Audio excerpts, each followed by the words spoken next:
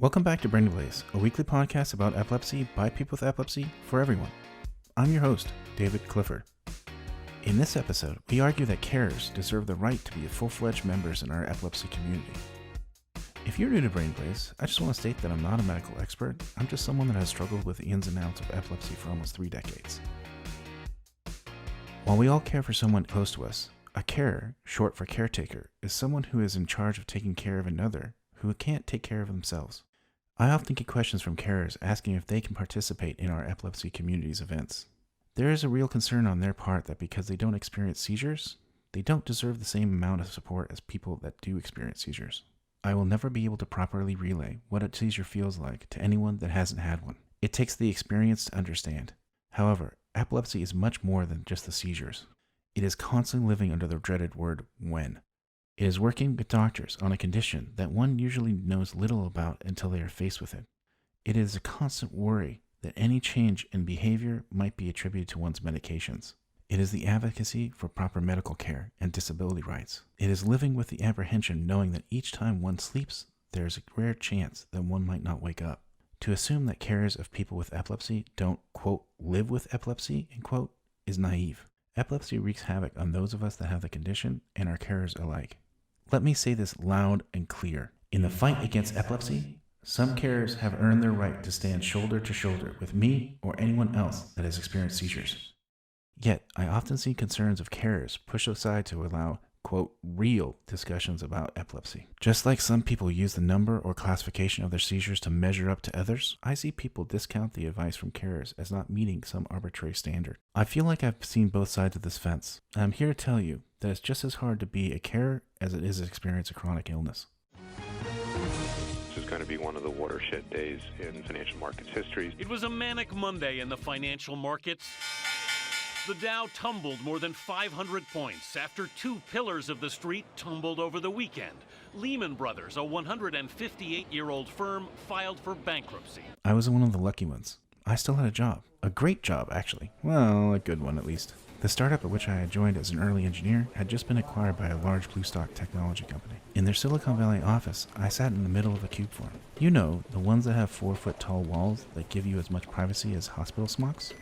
Out of the blue, I received a call that no one wants to get. Oh, hey Mom, I'm just kind of busy. What can I do? Listen, are you sitting down? Yes, of course, I'm working. I have cancer. What? It's already in my nose. The doctor said something about stages 4, I think. You think? Well, it's so hard to remember. There's just lots of things going on in the office at the time. Is this some type of joke? Who would joke about cancer? Yes, it is real. Starting to call during office hours. I'll call you back later when I have more information. Don't. I have to call your brothers now. I love you. Bye. Love you too. I sat there perplexed, holding the phone receiver for a long time. I just stared at the gray landline phone, watching it blink. Is this real life? Suddenly, a simple thought jerked me out from the weight of learning something so huge. I sat there for 15 minutes debating. I then called my wife to tell her about my plan. She was all for it. Then I walked into my boss's office. David, come on in. What's on your mind? My mother had stage 4 cancer. This is my last day working here. Is this some kind of joke? I learned later that a lot of my peers described my actions as misguided or even stupid. Who in their right mind would throw away a perfectly good job in the wake of the largest recession since the Great Depression? In an episode last season, I described that my mother took care of me when in 1995, my seizures forced me to drop out of my first attempt at attending university. Over a 3-month period, my mother became my carer in every sense of the word. The raw number of tonic-clonic seizures I had during any given day prevented me from performing even the simplest of tasks like eating, walking, bathing, and yeah, that too. All at once, my mother became my nurse, housekeeper, therapist, driver, assistant, personal shopper, and dry cleaner. In the days before the internet, she was stuck learning as much as she could about epilepsy from the public library between shifts at her full-time job. While my condition did slowly improve over 4 months to the point where I could walk to the restroom myself, I continued to have seizures every day for more than a year. And during that time, I was never left alone. Mom, get out of this bathroom right now! The doors to any room in which I walked stayed swung open in the fear that my family would not be able to get to me if I had a seizure. Are you okay? Yeah, I sneezed. You sneezed?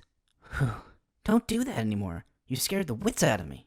My mother did her best to protect me from everything, even my brain. Here's the thing, though. When you're 20, you need your space. Everybody needs some time to themselves once in a while. Back then, there was a large part of me that truly appreciated everything she was doing for me. But I have to admit, there was also a small part of me that wished she would just turn it down a notch. I mean, her constant control over my life was absolute. While we eventually worked out how much protection was too much, I never forgot the selflessness she exhibited while taking care of me. Are you okay? Yeah, just... Oh, is that all? You scared the wits out of me. David, if you don't get out of this bathroom right now... After I quit my job in 2009, I moved back in with my mother. All at once, I became my mother's nurse, housekeeper, therapist, driver, assistant, personal shopper, and dry cleaner. This time, I hope to help her with as much selflessness as she showed me. In a few short months, I got her medications and doctor visits all scheduled and situated. I figured out a schedule for us to stick to, put a diet in place, organized her home, and I did everything. It was only after she threw a full plate of spaghetti and meatballs at me after calling me a Nazi did I realize what I was actually doing. I was trying to control her life. I had fallen into the same trap that she inadvertently fell into when she took care of me. I was helping her the way I wanted to, rather than the way she needed me to. Unless you've been there yourself, it is easy to roll one's eyes at carers. When someone completely and utterly depends on you, their fight becomes your fight. Otherwise, you both fail. Because of the size of the emotional investment, you learn real quick what the other person is going through and the reality they face. In our fight against epilepsy, we have control over some of our actions. We can take our meds, get our sleep, and mind our triggers. Carers have no control whatsoever. They can only try to convince us to do the right things for ourselves. No one understands how frustrating that is until they are put into that position.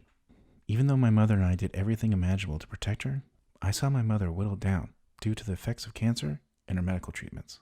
While I can never tell you how she felt having cancer, I can tell you about the life she lived to try to beat it. Unfortunately, my mother lost her battle with cancer in 2010.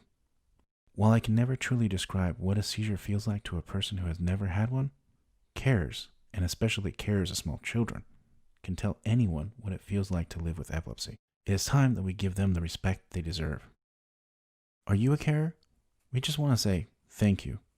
Thank you for taking care of one of us, because taking care of one of us helps all of us.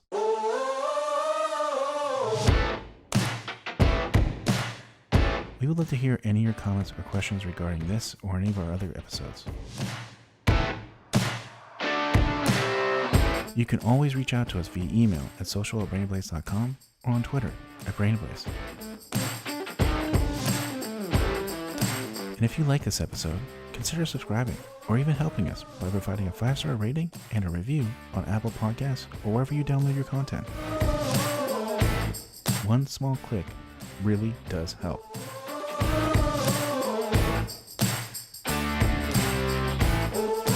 See you next time.